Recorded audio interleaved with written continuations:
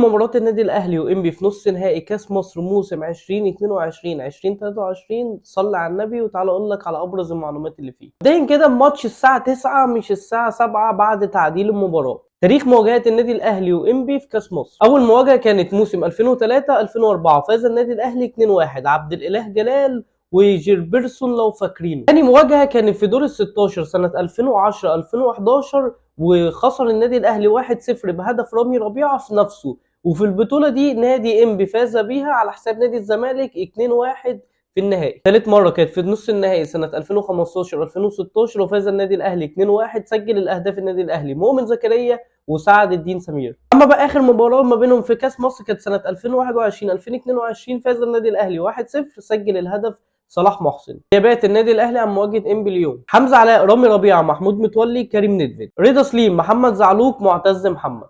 وعدكم اليوم في مواجهه النادي